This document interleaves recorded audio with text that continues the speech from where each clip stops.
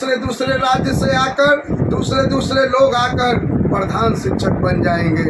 किसी संगठन में हिम्मत नहीं हो रही है कि सरकार के खिलाफ। बिहार के तमाम नियोजित शिक्षक भाई बहनों को नमस्कार, सलाम, आर्यावर्त। साथियों, आज बिहार के नियोजित शिक्षकों में एक मुद्दा, अहम मुद्दा पे चर्चा के लिए आज हम आए हैं। और जिस तरह से बिहार सरकार ने सारी नीतियों को दमन कर चुका है, वो 23 तारीख वो दिन था, शहीद भगत सिंह का वो दिन था। और बीपीएससी द्वारा, बिहार आयोग द्वारा जो नियम लाया गया, लगभग तमाम नियोजित शिक्षक प्रधान शिक्षक बनने का ख्वाब जो देख रहे थे, अब तक चकनाचूर है। अब तक वो सिर्फ ख्वाब ही ख्वाब रहेगा। साथियों, जब जब कोई नियमावली आती है तो हम शिक्षकों आपस में फूट जाते हैं। जहां सरकार के विरोध करने की नीति होती है, वहां हम सरकार के समर्थन में खड़े हो जाते हैं। ये हमारा 2015 से हमने लगातार देखा है। 2015 के हड़ताल के दरमियान जो भाइयों के ना समझी के कारण आज इस तगार पर हम पहुंच गए हैं, बिना कुछ लिए हड़ताल से वापस। यही बंटने के कारण सुप्रीम कोर्ट में हार हुई और आपसी मतभेद और आपसी भाईचारगी खत्म होने के कारण आज हम इस मुद्दे पर पहुंचे गए हैं कि 23 तारीख को बिहार लोक सेवा आयोग द्वारा प्रधान शिक्षक बनने का जो ख्वाब पाले हुए थे हमारे नियोजित शिक्षक भाई बहनों, उनसे लगभग वंचित है अब तक।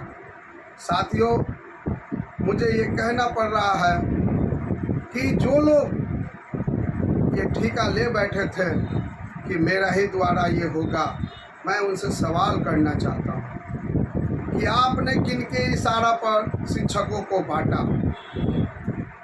विघटित खंड खंड में खड़े हैं शिक्षक, आस लगाए बैठे हैं कि हम प्रधान शिक्षक, हमारी नियुक्ति होगी।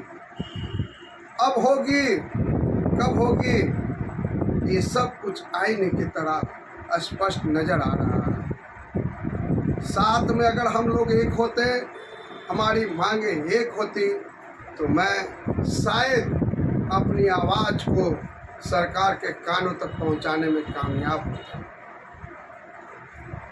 लेकिन दुर्भाग्य की बात है कि हम लोगों की आवाज़ सदन तक तो गूंजी है, लेकिन सरकार के कानों तक रेंगी भी नहीं है।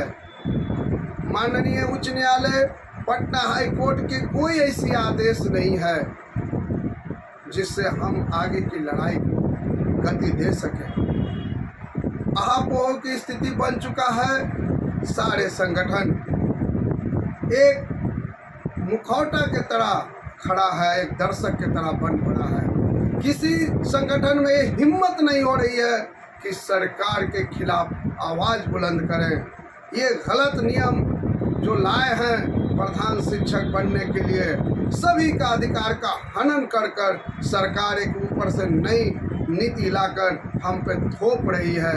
इसका हम लोग अब विरोध नहीं करेंगे तो कब विरोध करेंगे? क्या हम वो इंतजार करते रहें कि हमारे विद्यालय में दूसरे राज्य से आकर दूसरे लोग आकर प्रधान शिक्षक बन जाएंगे? हम कब तक अपनी वाणी को, अपनी आवाज़ को दबा कर रखेंगे? मैं आपसे एक सवाल करना चाहता हूँ, कब तक टीएटी के नाम पर, उर्दू, हिंदी, पुराना नया के नाम पर बढ़ते रहिएगा? कब तक आप राजनीति, इस तरह के घटिया राजनीति कर कर आज इस मुकाम तक पहुँचे हैं? जो हमारी न्याय मिलना चाहिए था, नियोजनवाद समाप्त होना चाहिए था, वो तो हो नहीं रहा है, बल्कि और नियोजनवाद के बढ़ावा देते हुए एक नियोजनवाद के ऊपर एक और बड़का पंडुल लटका रहे हैं प्रधान शिक्षक के नाम पर। मैं आपसे निवेदन करना चाहता हूं कि आप जागिए, खड़ा होइए, अपनी आवाज़ को बुलंद कीजिए और प्रधान शिक्षक को जो नियुक्ति प्रक्रिया है उसको होने नहीं देने के लिए कदम से कदम मिलाकर, एक साथ मिलाकर हमको जब तक 8 वर्ष का वैधता समाप्त नहीं हो जाता है, सभी शिक्षक भाई हो, या वो टीएटी से हो, या डीपी से हो, या बीटी से हो, या वो डीएलएड हो, ओडीएल हो, सबको मौका मिलना चाहिए और सभी को मौका सरकार को देना पड़ेगा। इसके लिए हम लोग को संघर्ष करने की ज़रूरत आ पड़ी है। इसलिए मैं चाहता हूँ कि आप लोग संगठन मत बटिए, एक सूत्र में बंधिए और पटना के धरती पर आकर इस सरकार को बताने का काम कीजिए कि प्रधान शिक्षक का नियुक्ति उस वक्त तक नहीं होगा जब तक तमाम नियोजित शिक्षक भाई बहनों को उनके अधिकार उनके पैरों के नीचे से नहीं जाएगा, तब तक हमारे छू कर नहीं जाता है, तब तक हम इस नियुक्ति को नहीं होने देंगे। यही मैं आपको संकल्प देना चाहता हूँ।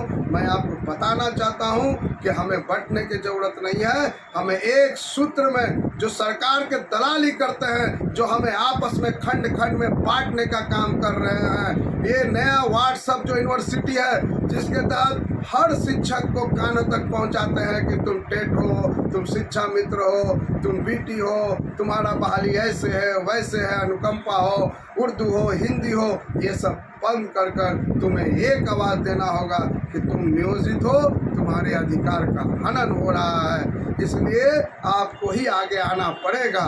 इन्हीं बातों के साथ मैं अपनी वाणी को समाप्त करने से पहले ये कहना चाहता हूँ कि अपनी आवाज़ को करो इतनी बुलंद, अपनी आवाज़ को करो इतनी बुलंद कि आवाज़ आकाश तक गूंजे, ज़मीन पे से करो हमला, सरकार के कान तक पहुँचे।